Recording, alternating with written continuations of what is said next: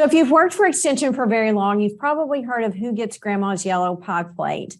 And it's been a staple for personal finance and family resource management, consumer economics educators for years. In fact, it's been around for 28 years and is frequently used by many of us.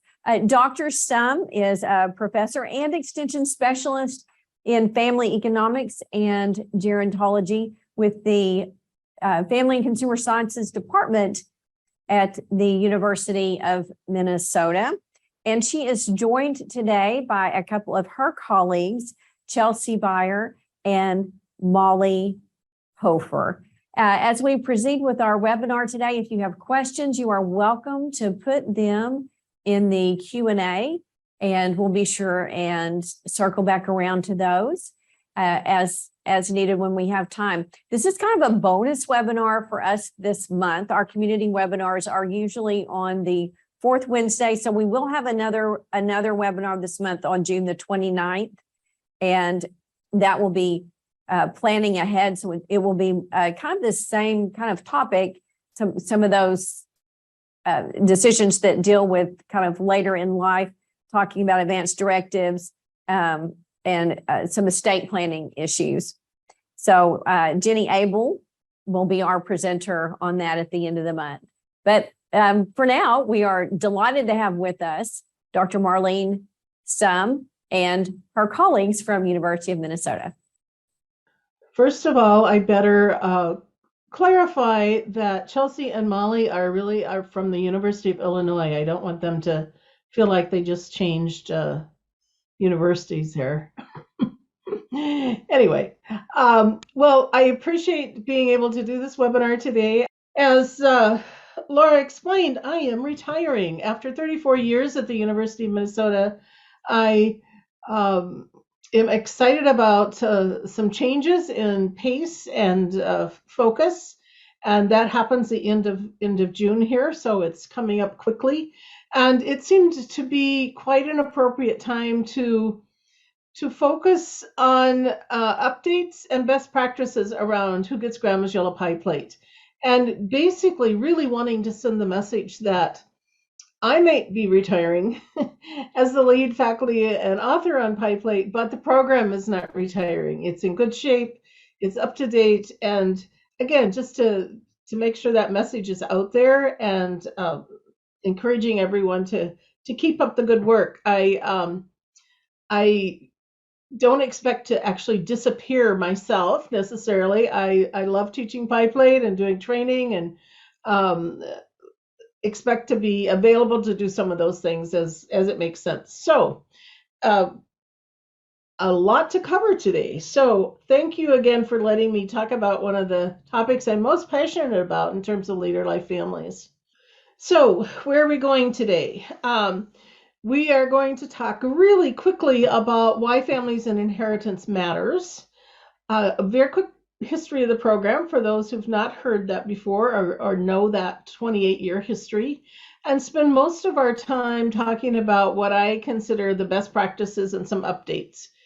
And in that, tackle some of the most common questions I get about Pie Plate. So this webinar is not, what it isn't, is going to give you any depth and content. So you may have heard me present before where I go through the 6 decision-making factors. That's not what we're doing today. So if you need that expertise, I'll talk about some ways to get that. So that's where we're going. So I'm going to dive in here.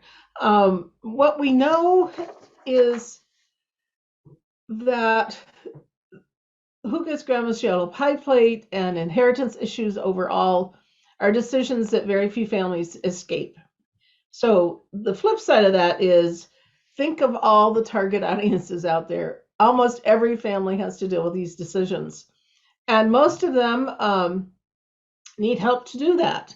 So that is why Pie Plate in part has been so successful, I know, is because of the demand and the need for so many people to make those decisions. And those decisions are not just one-time decisions, but they are everything from gifting while you're alive to downsizing to relocating. I know I often call this kind of families and inheritance, but it really is more than that one-time decision. And again, thinking about when and where and how families are making decisions about that passing on of possessions is important when you think about program offering. A quick sense of why this is still relevant and why it continues to grow.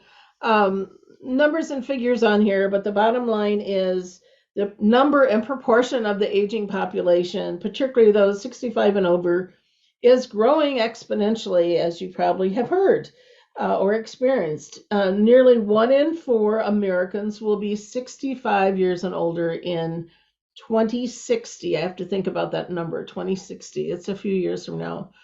But reality is, as we think about what are the issues and needs that are out there in families, more families will be composed of older adults than younger children in the future. And that has some pretty, I think, serious implications for extension programming. So lots of target audience out there, increasing relevance. Along with that is, I just want to highlight some of the diversity of that population. And Chelsea and Molly are both gerontologists, and we talk about this in terms of the frustration of always kind of lumping everyone 65 and over together as if they're all the same. Obviously, we don't do that with any other age group. We would never put everybody, in younger ages that many years together. So lots of heterogeneity among that aging population. The fastest growing is actually the oldest old. Think of whether or not, I know Laura was sharing, as we were getting ready here, she was sharing about a woman who was 100 and still participating in extension homemaker groups. And again, how many people do you know who are 95 or 100 or older? So as we think about that aging population and the target audience of owners and receivers in Pie Plate, I think it's good to always kind of step back and think about the realities of who are we talking about when we talk about older parents and their adult children. And when we talk about more and more have 4 to 5 living generations, again, my made up example here, but it could be variations of this, right? You could have that 100-year-old parent who has an 80-year-old adult child, the 55-year-old grandchild. So when you're thinking about targeting older parents and adult children, who are you targeting? And just really kind of thinking about the realities of the diversity of that aging population. Given that we have so many families that are going to be dealing with later life issues and older adults and transitions, reality is that the vast majority are unprepared. Even despite many years, after 34 years, right, of working in extension on these topics, I'd like to think things have changed. But the global picture, the big picture is we still have a majority of people who die without an up-to-date legal will, that don't have written wishes to guide the distribution of their possessions. So even if they have a will, they probably haven't addressed possessions. And we also have a wide range of folks who really prefer that informal verbal promises. You may have heard the phrase, who needs legal documents if you have family? And we could talk about that all day of why that's probably true. Not true, I should say, of why you do need legal documents. So lots of variations and, again, gaps in what's being done out there. I think people realize they need to plan, but they don't know where to start. So again, that's where we can come in. Along with that, I think a lot of people, and I know this wasn't necessarily on my radar screen at all when I started looking at this issue. I know there's a lot of words here, but the bottom line in this slide is really recognize that even those professionals who are helping family members plan ahead, the trust and estate experts, are spending very little time on personal possessions. And I have found that they are increasingly interested in changing that. that they recognize that they aren't doing a good job.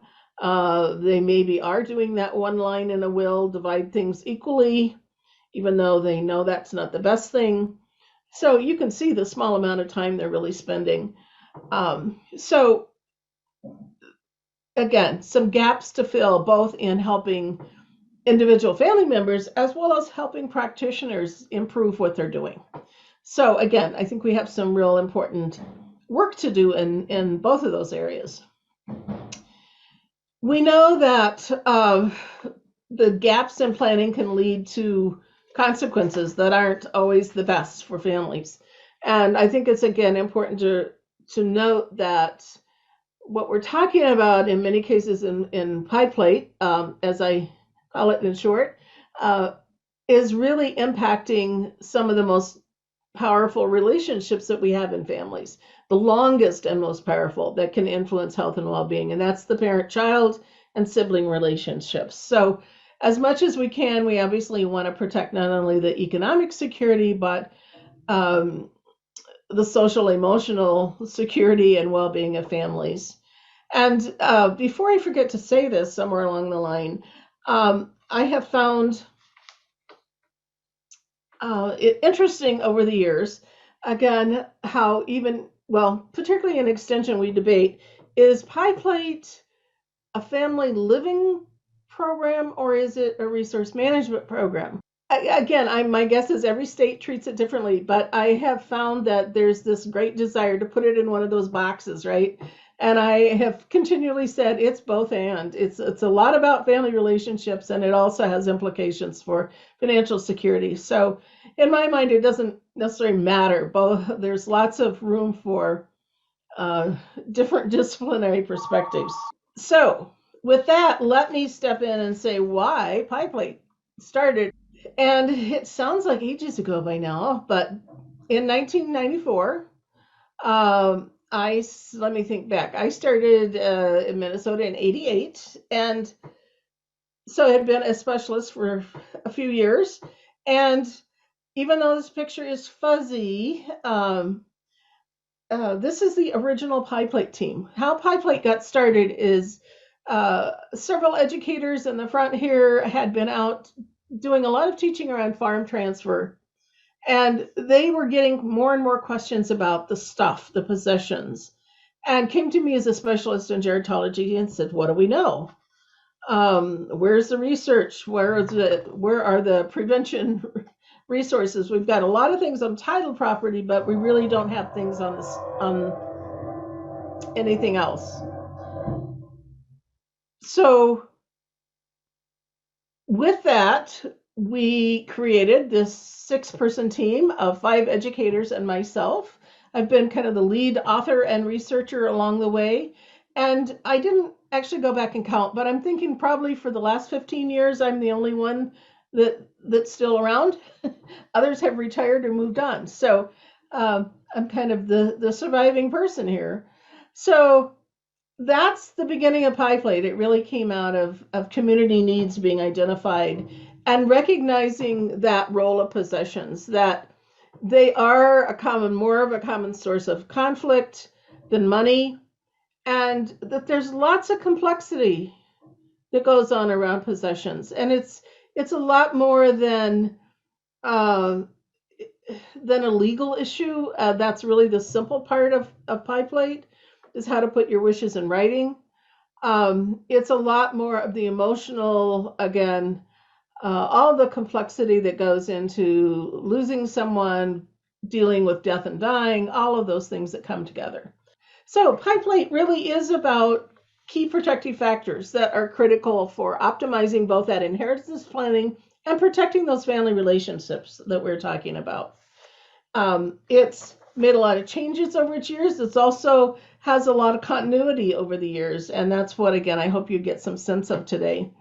I think it's a great example of, again, kind of the land grant mission of where you're linking community needs and university resources that can be held up as a model for that. So that's exciting. So as Laura suggested, it's been around for a while. We have a lot of national interest and demand that continues. And I expect, again, given the trends in the aging population will continue. We have a wide range of users beyond extension. Um, our workbook is sold in a lot of different places. I always chuckle when you can get a used copy on Amazon. I haven't ordered one, so who knows what's in there. So we have been able to fill a niche that we never expected in terms of national demand. But it is an issue that's been ignored for many, many years. It has also created a lot of international media interest, and probably the media has been our best marketing tool to really get the word out and generate interest in the products. And that continues, again, all the time. So that's kind of some big pieces. We also have evidence that pie plate materials make a difference. We know it can improve knowledge and skills, change intentions and planning behaviors. And again, I think some of the work I've been doing has really worked on changing the practices that are out there in the community, again, among professionals, whether they're in wills and estates or probate. Again, improving how professionals work with their clients around this topic. Last but not least, I think, and those of you who have taught this, I'm sure have your stories that you could share. That's for another webinar. But I have continually heard from people over the years that have been in extension for a very long time that this is the best program, the most fun program, the most rewarding program they've taught. So it's a really rewarding program to teach. It doesn't mean that it's easy or, as I called it, fun. Again, I think it's just that it's rewarding because it's making such a big difference. So with that, one more question we always get is, where did that title come from? And you may have heard this story. The title actually came from an extension intern in one of our team members' counties in Southwest Minnesota.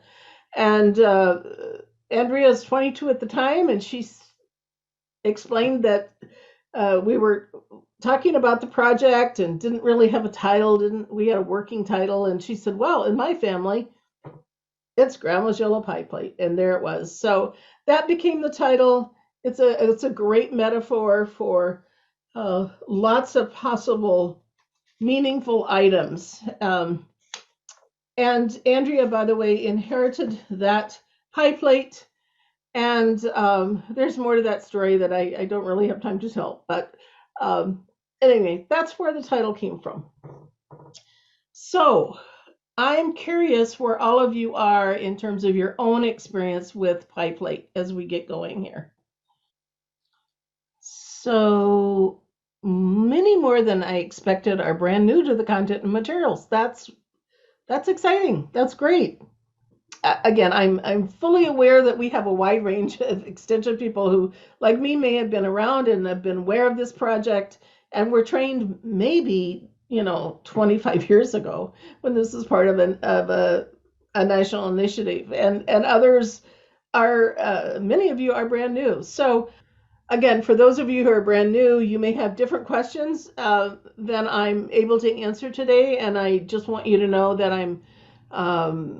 do not hesitate to contact me or contact others who in your state that know this program well, and help you get going in terms of getting the content and background that you need to feel comfortable teaching it. I'm keeping my email, and I'm available to be contacted, and will pass on things as needed to others. So welcome everybody, regardless of your background and years of experience in this content. So I want to kind of run through some things that will kind of throw together updates and frequently asked questions and that kind of thing. So I think it's important to realize that there's really what I would call some timeless content in pie plate that has not changed over those 28 years. There's some depth that has changed, but for the most part, Pie Plate is based on 6 key decision-making factors that we have found really make a difference, and I'll explain where those came from. It's also really based on interpersonal social justice theory and fairness concepts. And how do you learn about those? The quick way would be these 3 suggestions. That I'll talk about more of these products as we go along. So, but know that there are ways that you can kind of quickly learn about those 6 key factors by watching a video. The workbook is grounded around them. And there's some now feels like really classic old time research articles that kind of set the stage for some of this work. So, are you aware of those concepts? So here's the 6 key protective factors that really are grounded in all of the products that we do, all of the different educational resources. Again, you can see what they are. While they're presented in what we think is a logical order of how to start and think about them, in reality, as we know, decision making is rarely linear. You're going to flip back and forth. You're going to start with the conflict, and then you're going to go back and start with figuring out what has meaning. So there isn't necessarily a magic formula. These factors are factors that we're convinced. Again, do we have solid research evidence? No, because we haven't followed people over time, or we haven't always been able to do the research we'd want to do. But we're pretty convinced in terms of stories and all the teaching that we've done that these are the core issues that if you address, again, they will make a difference. So they can all be tailored to your context. And that's where we know that people often just say, just tell me what to do, right? I don't want to spend the time thinking about what I want to accomplish. Just tell me what I should do. And this doesn't do that. It will tell you what you need to think about and help guide you through that, but it doesn't necessarily give you those answers that you've got to figure out yourself. So where did these come from? Originally, again, as I said, what we found when we started as a team is that there were major gaps in both the research on inheritance and educational materials. So to dig in, we started with our own research around decision making, what works, listening to family members, and gaining experience from that, because there just wasn't really anything out there on possessions. There's a few things out there on inheritance about titled possessions. And if you are ever in a position of wanting to develop research or more educational materials, I will tell you, inheritance is a field that's in its infancy. There are so many questions that remain unanswered.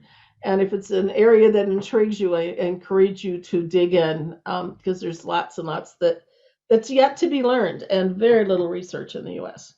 So that's where those 6 factors came from. Since then, we've done I think of it as a phase 2 research project where I've looked at the meaning and experience, really doing a deep dive into fairness, both the process of fairness and procedures from an older parent and adult child perspective. One of the things that I think, again, is from my vantage point, kind of a best practice, is while those 6 key concepts are timeless, they don't change. But I think all of us have to continually build in kind of that varied and really being intentional about inclusive examples of those key factors. And for example, I think it's really, really critical to think broadly about family structures and contexts and use multiple examples, go way beyond the two parent, male, female, two-parent, two-child family that is so rare today.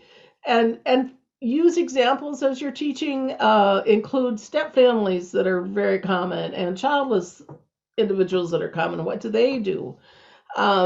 All of the range of things that we know about family structures and contexts that can be built in, and that will improve the relevance of what you're talking about as you're teaching or discussing Pie Plate.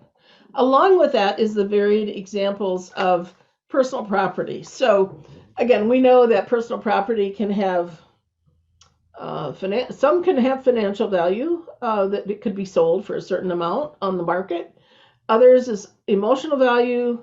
Some has both of those, and some have neither of those. It's just junk, right? That nobody really wants. So build in various personal property examples. Go way beyond the pie plate. Again, to build in again, a wide range of examples over time. I was, just to kind of make this real, I was recently doing an interview with a young man who was actually calling me from Lithuania and working on an article. And he said, well, are you aware that a lot of Gen Xers don't really want things? And so again, I think it's recognizing that there are trends and there are issues that are going on that, you can't assume that everybody ever wanted anything. But yes, there are some trends and issues around who really wants things and how that changes over the generations. So again, recognizing that we're not really talking about antiques that not everybody cares about anymore, but all of the other things that families may have. So again, using those varied examples, recognizing the differences as you're teaching and working with pie plate. That will make those factors come to life and relevant. They're relevant, but really making them real for people. Along with that, the other timeless kind of content that I think of here in pie plate is that social justice lens. I don't know that it's terribly common. Probably if you're trained in family relations or if you're trained in resource management, it's not probably a central theory that's used, but it really is extremely relevant to understanding how people allocate resources. And again, it's often, in this case, we're talking about personal possessions as that resource. And social justice theory is often, again, people will say, I'll just move on to the next slide, that they often say, I just want to be fair. And what we know about fairness, there is some theory that helps us understand what fairness means and how to think about fairness. And when it's applied specifically in a family context, in those close personal relationships, that's when we're talking about that interpersonal social justice theory as opposed to social justice issues that might be dealt with in the broader society. So what we know about fairness is that most people haven't thought about it much. Even though they say they want to be fair, there's a lot of hidden rules, unspoken rules. Fairness deals with both the outcomes of who gets what and the process of making decisions. And that, once people understand that, you can really help people develop much more thorough kind of plans around what should happen and why. They can uncover those rules. And I have found, again, whether it's professionals, practitioners, including attorneys, and family members, that they just don't have a background to think about fairness. So often it's fair means equal, right? And particularly when it comes to estate planning, I think people think that everything has to be equal. And that works with money, but it doesn't work with non-title possessions very well.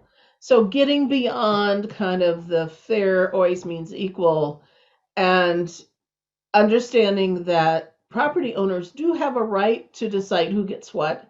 It doesn't have to be divided equally. It doesn't have to go to family. So again, I think we have some work to do around educating both practitioners and family members about how to think about and determine. The most important thing is determine what fair means in your family context. Again, there aren't magical rules out there, but each family has to decide, each owner has to decide, and the possible receivers, what fair means. Some of the work we've more recently been doing is around what does a fair process look like? And helping people again understand the criteria that are important to people. And probably the most important one that comes out over and over again is who gets to participate. So we're talking about who gets to decide how to decide. This is the process things, not who gets what in the end, but who decides who gets what. So all of the issues around who's in or out of those decisions, the in-laws are a big often source of conflict of whether they're in or out. Are you involving grandkids? Again, how do you define family? Who's in? Stepkids. So who gets to participate and being really clear about that and consistent about that.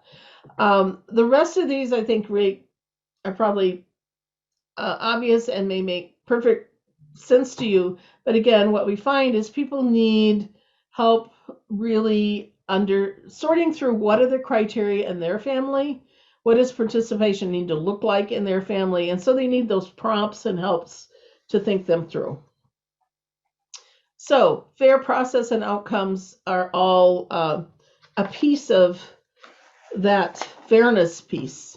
We also have a lot of questions again when it comes then, well, how does fairness look in different kinds of families? And obviously it's going to look different. Again, there's not an answer to what fair should mean. And we've done some work around step families again to really help understand the criteria, and often really comes down to the quality and length of parent-child relationships, and whether kind of the parent piece of the picture in terms of, is somebody a step, or are they a blood kin relationship?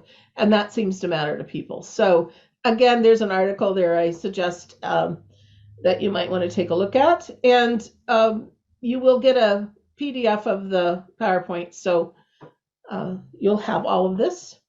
So fairness, huge issue, a lot to educate people about. It's something I think all of us are not as familiar with.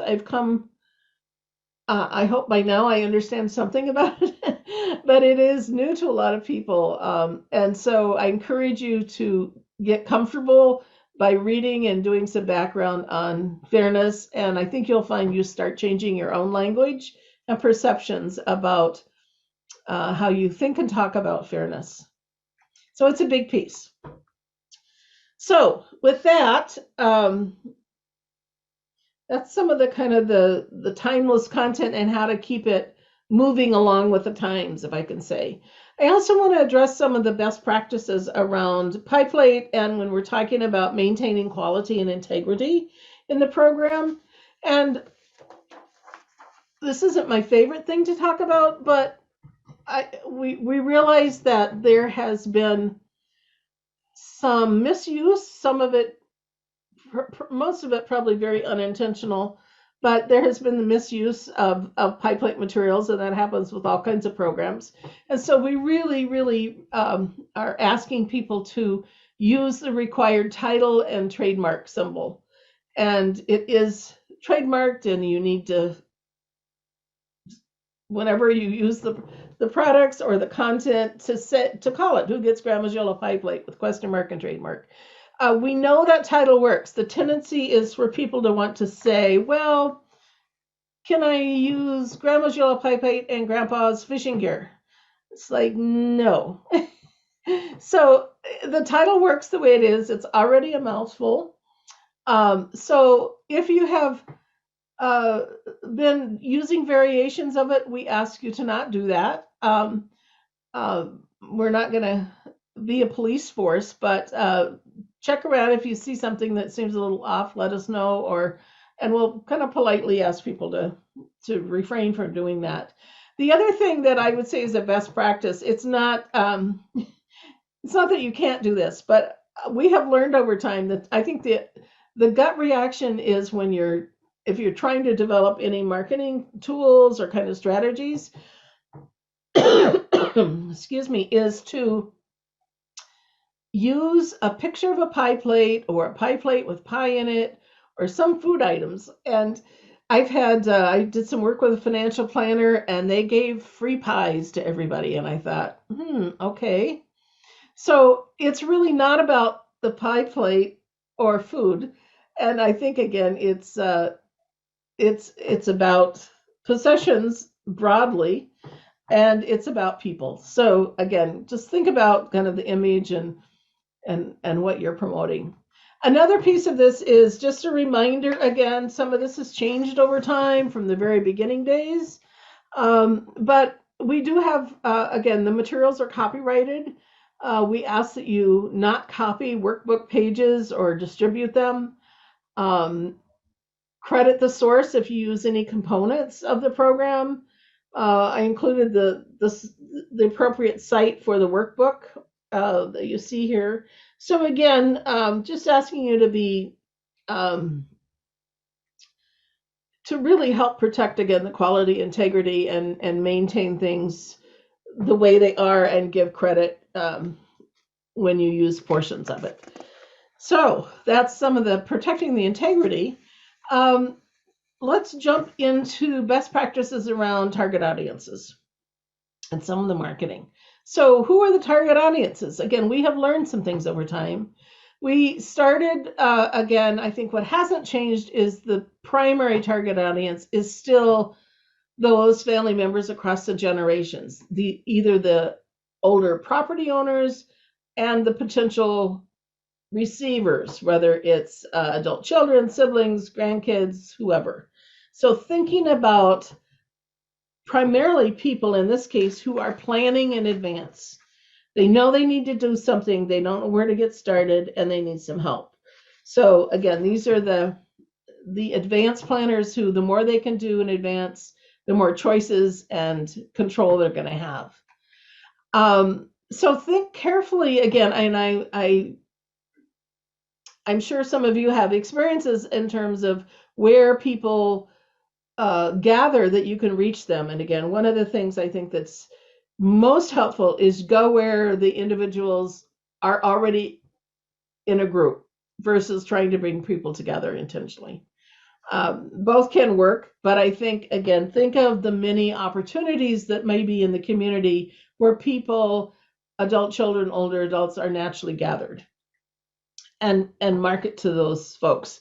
Get them to help support and work on the program.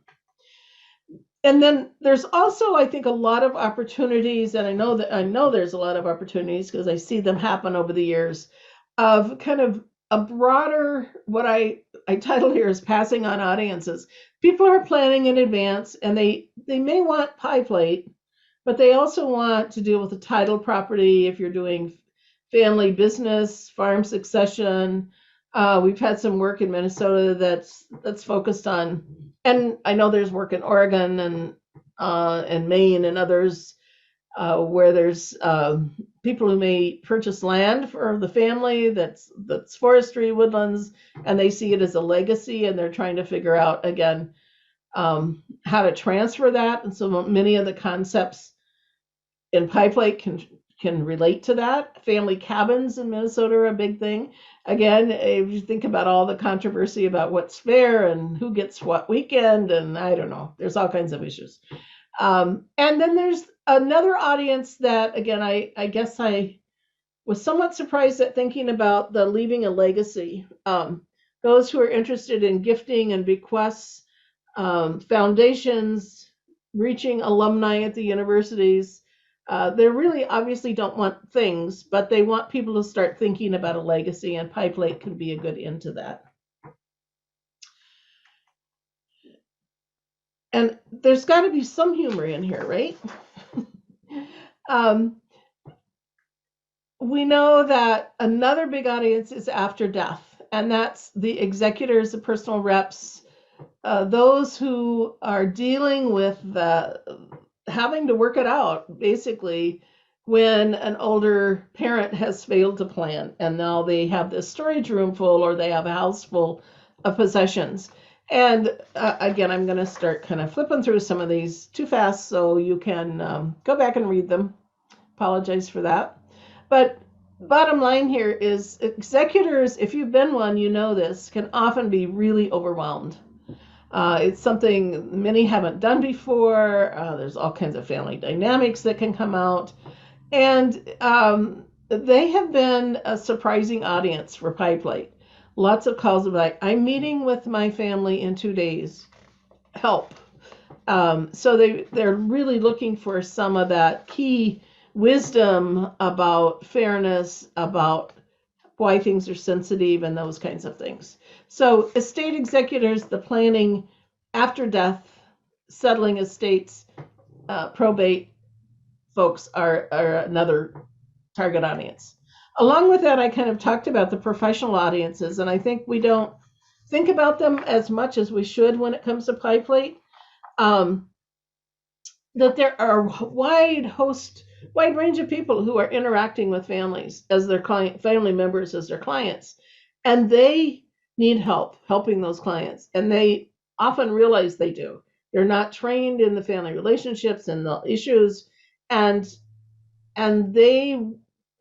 I have found many of them really welcome getting to know the resources of Pie Plate and will integrate them into their practice and get them to consumers. So think about kind of those primary audiences and who have you reached, who could you reach, those kinds of things. So what are the current resources? I'm going to fly now because of time. First and foremost, create a bookmark for our homepage, which is if nothing else, just remember you can just Google Yellow Pie Plate and you'll find us. Again, all the resources that are up to date are kept on this page, Extension web page. The workbook remains our core kind of product in terms of really having the worksheets, the content that family members need in their hands. We started at $12.50 plus shipping and handling, and it's still $12.50 shipping and handling. So it's a good deal. It really is. The goal is to get it in the hands of consumers. We have, in addition to that workbook, worked on adding a range of formats, a range of different products, as I would call them, educational resources. All of them can be found on the website, kind of walks you through them. And the newest one would be a video that we did 3 years ago that really is, the idea of it was generated because of needing more people to teach workshops. We were getting a lot of requests for workshops and we don't have the people to do them. And so this is really what you would get in a 1-hour workshop in a video. And so it's been a good way, free way for people to gain access to that content, and it refers back to the workbook. So I encourage you, if you do nothing else, take 45 minutes in your schedule and watch that video. We have some podcasts. Again, I'm going to flip through these. I just encourage you to go to the website and look at what all's there. Kind of the standard, as I was talking about, is we started doing the in-person workshops and doing some online webinars, particularly because of COVID. And I know many people are still doing variations of this. So again, we have a participant handout we encourage you to use that introduces the key factors. A common question, do I need to be trained to teach this? No official training or certification is required, but we really, really encourage you to do some self-training and use the workshop facilitators toolkit that's available. It's now online.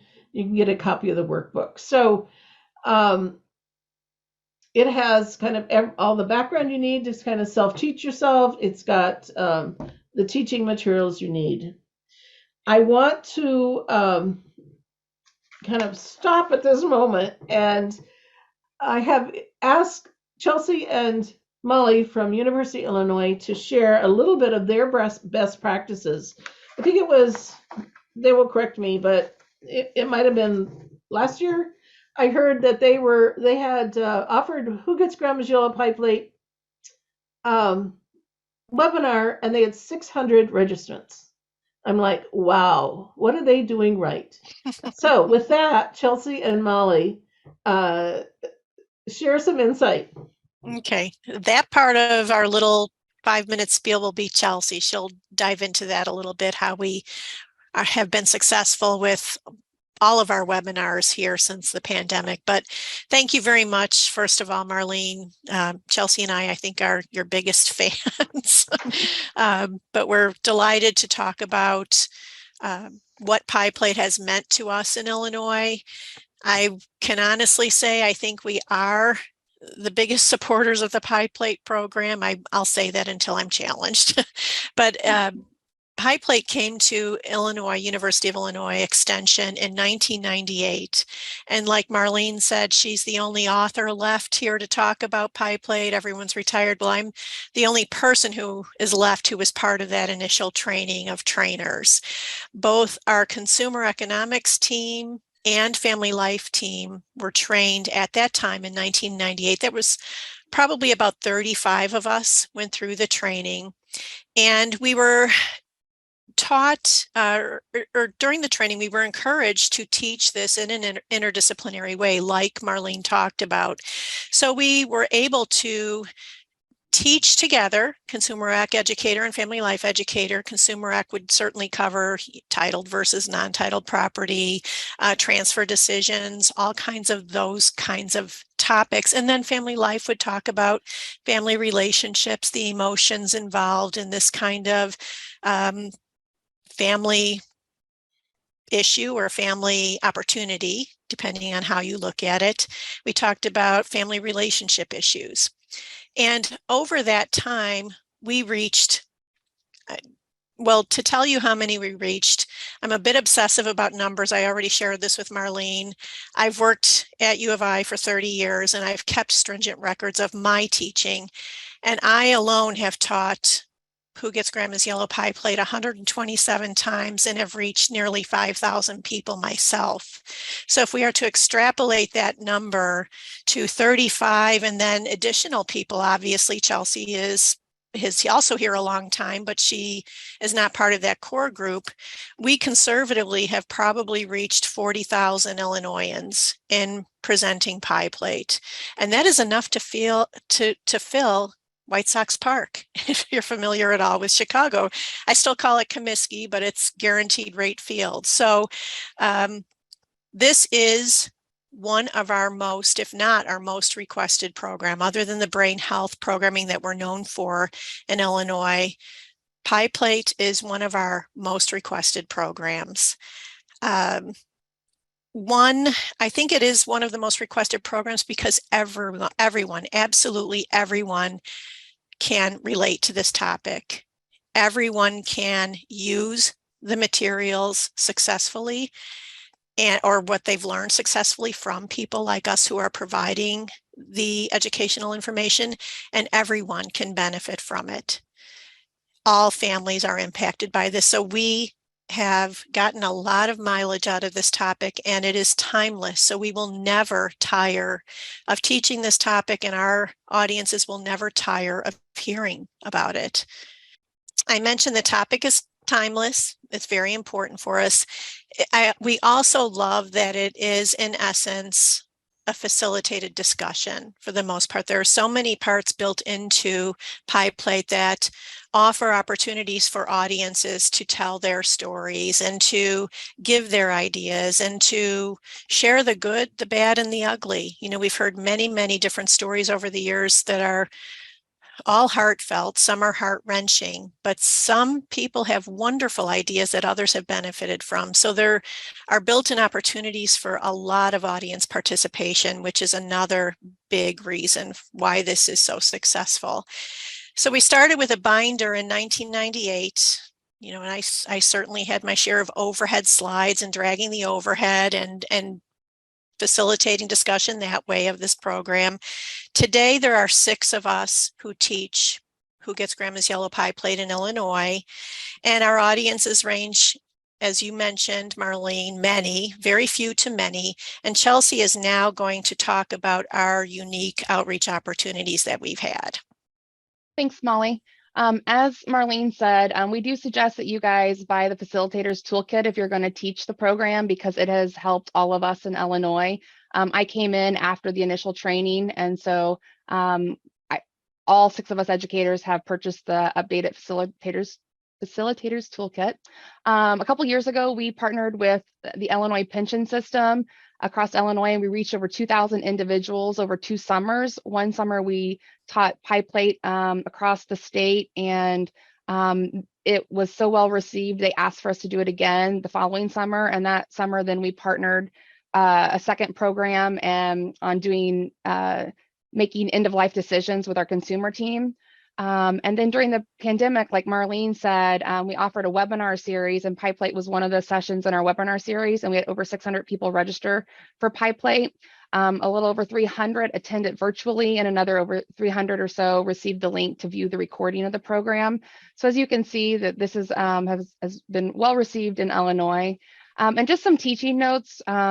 You know, you'll capture stories from teaching the program, from participants, and stories that they hear from, you know, friends and families, and then from their own families. I always share a personal story. I always share a picture of my grandma. Oh, you're not gonna be able to see it. Oh, there she is. Anyway, she's in a ball uniform and she has a ball glove. She played back in the 40s, and I always share the story that I hope to get her ball glove someday. And I always ask people, you know, what is something that's important in their family? My mom's one of 7 daughters. I'm one of 16 grandkids, and how, you know, it could be something very personal that might not have any worth, like the pie plate. You know, and just yesterday I taught this program at a library in a town of, you know, 1,900 people, very small, at a library. And I had 11 people there, you know, in a very small community. But one couple, it was their second marriage because of widowhood. And they were there because of this topic, how important it is.